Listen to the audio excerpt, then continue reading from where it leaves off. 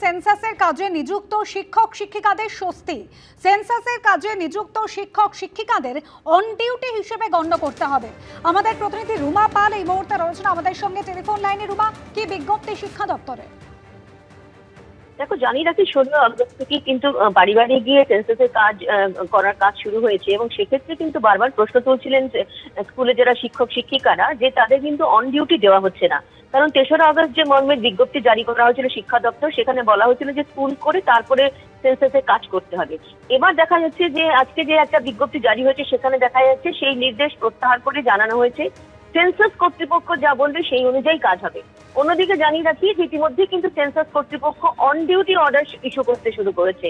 অর্থাৎ যারা যারা শিক্ষিকারা রয়েছেন এবং অবশ্যই যারা সেন্সাস কর্মী ঐক্য মঞ্চ রয়েছেন তারা এই অর্ডারের অবশ্যই স্বাগত জানাচ্ছেন, কারণ তারা বারবার কিন্তু আবেদন করছিলেন এবং যাতে অন ডিউটি হয়। অন ডিউটি হলেই কিন্তু তারা এই কাজ পুরোপুরি ভালোভাবে করতে পারবেন। তা না হলে কিন্তু সেন্সাসের কাজ সেরে এবং তারপরে অবশ্যই স্কুল সেরে সমস্ত কাজ করা খুবই অসম্ভব বলে তারা বলেছিলেন। সেই কারণে কিন্তু এই যে অর্ডার আজকে প্রত্যাহার করা হয়েছে, যে সমস্ত সেন্সাস কর্তৃপক্ষ যা বলবে, যে অনুযায়ী কাজ হবে সেই অনুযায়ী হবে।